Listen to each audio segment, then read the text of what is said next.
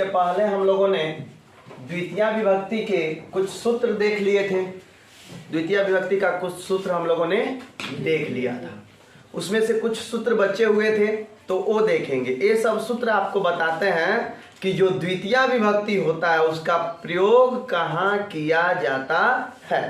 तो ये सभी सूत्र जो हैं इसमें से 3-4 ठो सूत्र पहले लिखवा दिए गए हैं, 2 ठो सूत्र जो बच गए थे वो बोर्ड पे लिखे हुए हैं, जिसको हम देखेंगे, समझेंगे, व्याख्या करेंगे इसका, और प्रयोग कैसे करते हैं द्वितीय विभक्ति का इसको भी देखेंगे। उसके बाद तृतीय विभक्ति का भी प्रयोग हम देखेंगे। अगर ये प्रयोग करना अगर आपको आ गया, अगर आपने प्रयोग करना अगर सीख लिया तो आपको ट्रांसलेशन बनाने में किसी प्रकार का कोई दिक्कत नहीं होगा।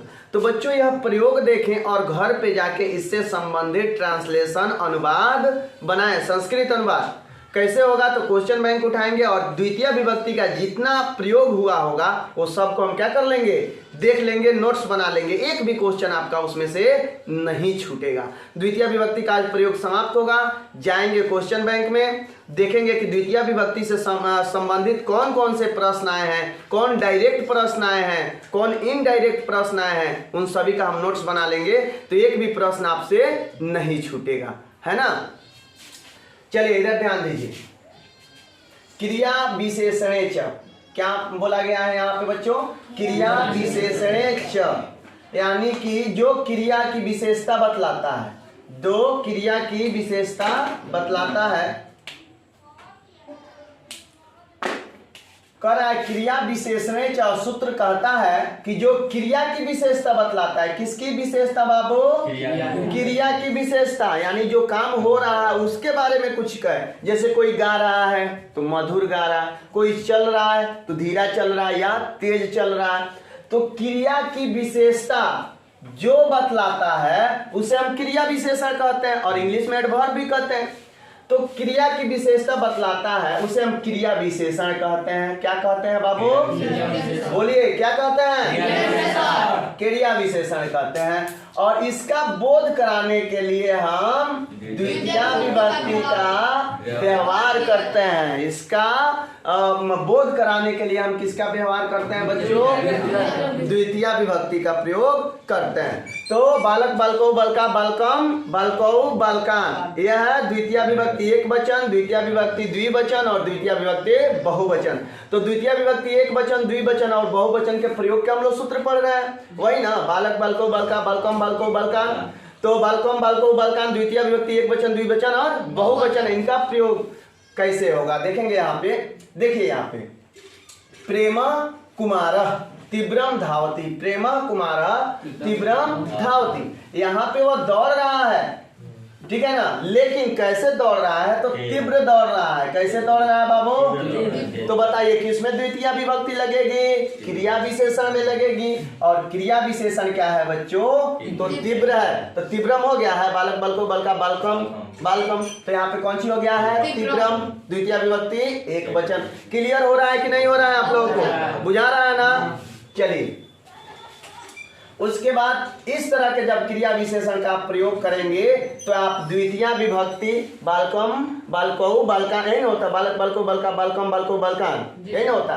तो उस तरह देखिएगा कि यह हो एक वचन है तो बालकम होना चाहिए, जैसे यहाँ पे तीव्रम हुआ है।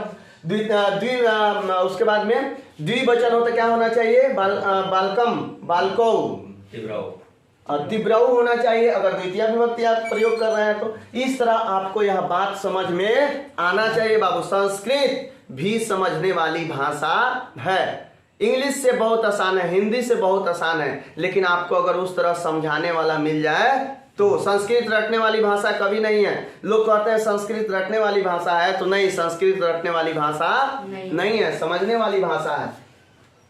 हमको समझना चाहिए संस्कृत का ज्ञान, अगर हम भारतीय हैं बच्चों तो हमें संस्कृत का ज्ञान होना चाहिए। लोग कुरान उर्दू में है, मुस्लिम लोग पढ़ रहते हैं, बाइबल इंग्लिश में है, ईसाई लोग पढ़ लेते हैं, लेकिन हमारा वेद संस्कृत में है, हम लोग नहीं पढ़ पाते हैं।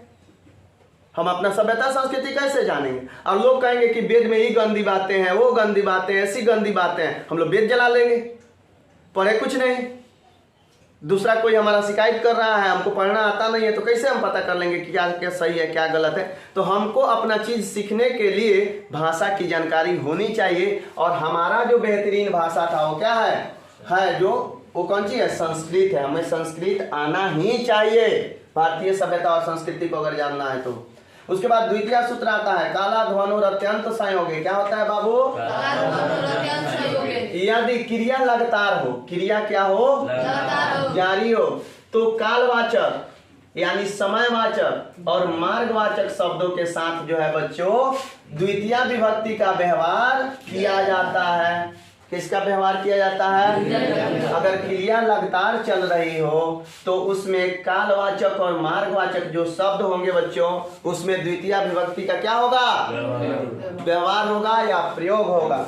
जैसे क्रोशम कुटिला नदी, क्रोशम कुटिला नदी, कोस भर, कहा? कोस भर नदी टेढ़ी मेढ़ी है। कुटिला मतलब होता है टेढ़ा मेढ़ा, नहीं होता है कि कुटिल आदमी है तो सोझ आदमी नहीं है, क्या है? कुटिल है। तो क्रोशम कुटिला नदी कोस भर तक, अब कोस भर तक लगातार की बात हो रही ना, यहाँ से लेके कोस भर तक तो क्रिया लगातार हो रही है। तो कोस भर तक नदी जो है क्या है? टेढ़ी मेढ़ी है।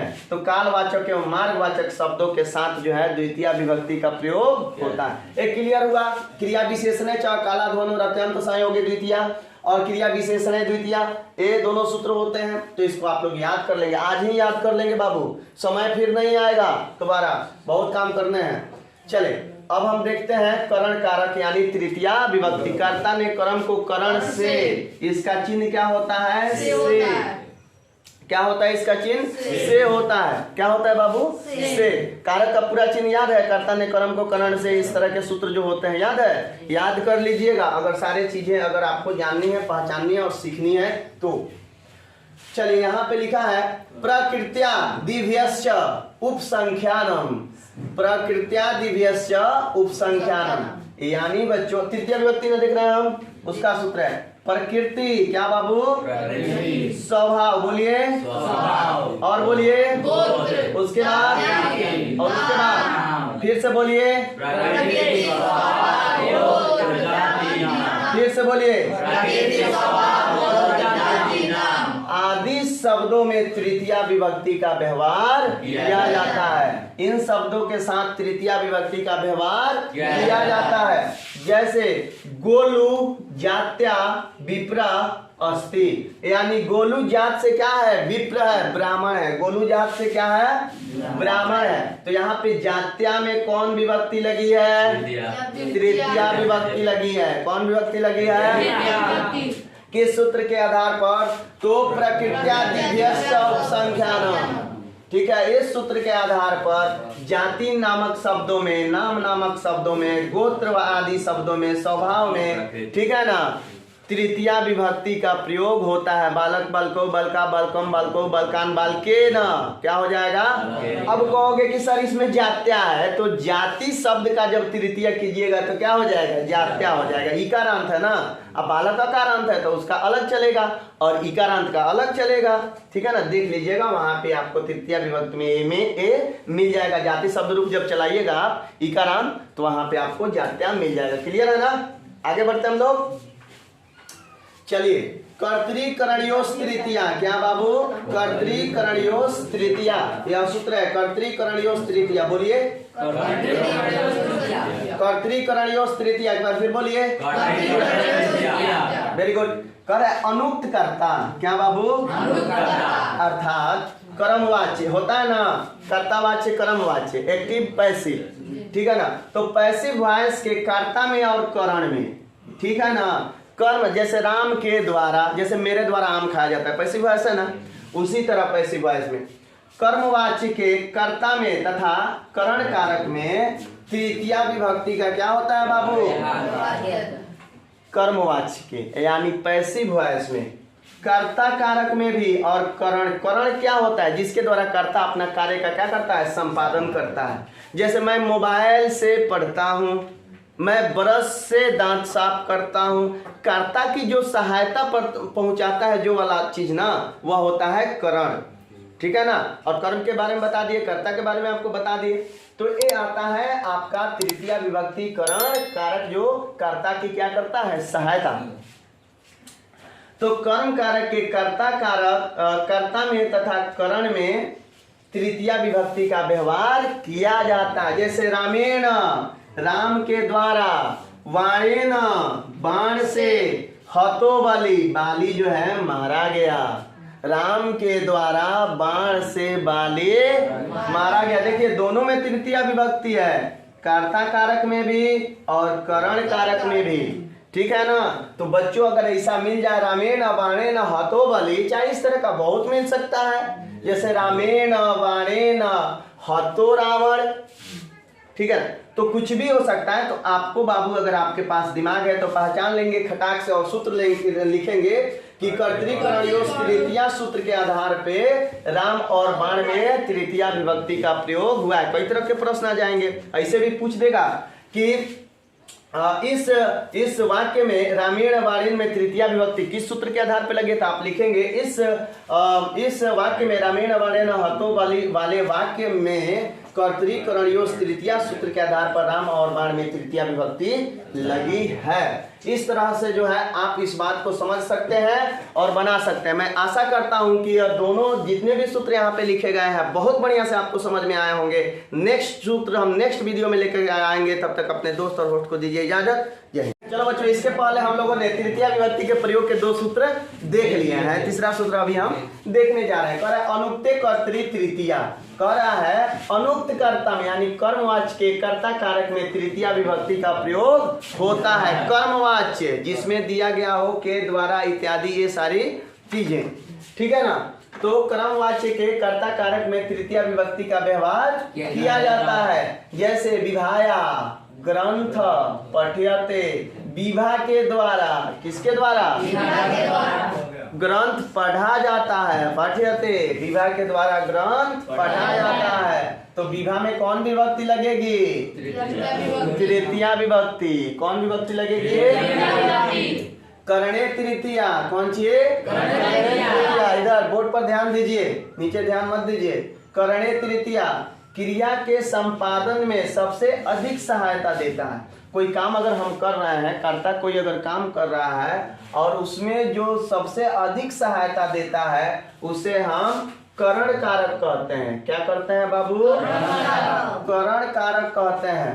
करण कारक में तृतीया विभक्ति होती है। करण कारक में क्या होता है बाबू, देखिए जैसे पल्लवी है, पल्लवी जलेना, जल से मुखम पर छालयति, पल्लवी जल से अपना मुख क्या करती है, तो मुंह धोने में कौन सहायता कर रहा है, कौन सहायता कर रहा है, जल सहायता करता है। तो इसके कारण जो इसमें तृतीया विभक्ति, कुछ लोग समझना चाह रहे हैं, कुछ लोग समझना चाह रहे हैं लेकिन अपने मन को कर देने तला लो, क्या समझो, समझ लोगे, समझने देंगे तुमको, लेकिन समझ लो, खोलो ताला समझो।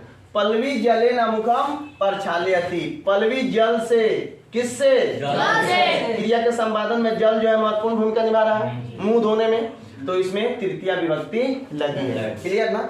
चलिए हेतु तृतीया पंचमी, ठीक है। हेतु के अर्थ में तृतीया या पंचमी विभक्ति का प्रयोग कर सकते हैं। जैसे यहाँ पे हर्षेण, तो हर्षात भी हो सकता है। क्या हो सकता है, हर्षात। पंचमी विभक्ति भी लग सकती है। तो वही कह रहा है हेतु अर्थात कारण के अर्थ में पंचमी या तृतीया विभक्ति का व्यवहार किया जाता है। यहाँ पे देखिए प्रमोद हर्षेण, किस कारण, हर्ष के कारण हंसती, प्रमोद हर्ष के कारण हंसता है। किसी के कारण कोनो चीज हो रहा हो, उसमें कौन विभक्ति होती है, बोलिए बोलिए, जिसके कारण कोनो काम हो रहा है, जिसके कारण कोनो काम हो रहा है, किसके कारण वह हंस रहा है, हर्ष के कारण, किसके कारण, किसके कारण, हर्ष में कौन विभक्ति लगेगा, या पंचमी, या तृतीया या पंचमी, दोनों में से कोई आप लगा सकते हैं। ठीक है ना। चलिए एनांग विकार से देखिए बउआ, इस साल आएगा, और जब आएगा तो उड़ जाएगा आपका कौआ, बात बुझा रहा है। तो यहाँ पर ध्यान दीजिए बउआ, नहीं तो उड़ जाएगा आपका कौआ। ठीक है। देखिए एनांग विकार क्या होता है, यदि शरीर के किसी अंग में दोष हो, यदि शरीर के किसी अंग में दोष हो, उस दोष के कारण उस व्यक्ति को दोषी माना जाए, उस व्यक्ति को अगर उस दोष के कारण उस व्यक्ति को तो विकार युक्त अंग का बोध कराने, जिसमें उसको विकार है, चाहे कान, नाक, आंख, मुंह, गोड़, हाथ, जिसमें भी विकार है। विकार मतलब कौन सी होता है विनय? विकार मतलब लौकी कोहड़ा नहीं, विकार मतलब लौकी कोहड़ा, विकार मतलब होता है बीमारी। अब मान लो कि जैसे आप जा रहे हो, कोनो मार दिया पीछे से, गोड़ तोड़ दिया, तो गोड़वा जब तोड़ दिया तो लंगड़ के चलोगे ना, तो किसके कारण लंगड़ के चल रहे हैं बताओ? गोड़ के कारण कौन है? गोड़ में कौन विभक्ति लगेगी? तृतीया। बुझाया ना? तो गोड़ तुड़वा के लगा लेना तृतीया में। चलो लग रहा है जैसे नहीं बाबू, इस सूत्र के लिए गोड़ नहीं तोड़वाना, ठीक है। विकार युक्त अंग का बोध कराने के लिए उसमें तृतीया विभक्ति का क्या होता है? जैसे सहकर्णेन मतलब कान से, वह कान से बधिरा अस्ति, वह कान से बहिर है, नाक से बहिर है, वह नाक से बहिर है, नहीं होगा ना?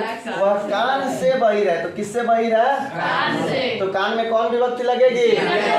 अब मैं पूछ रहा हूँ, कितना गधा कोई बैठा हो क्लास में, अगर वो अपना दिमाग खोल के बैठा है तो उसको नहीं बुझा रहा है कि जिस अंग में दोष हो उस अंग में तृतीया विभक्ति लगती है। अगर उसको विभक्ति नहीं पता है, शब्द रूप नहीं पता है, संस्कृत कुछ नहीं जानता है, तो मैं क्या, मेरे दादाजी भी आके नहीं समझा सकते हैं उसको।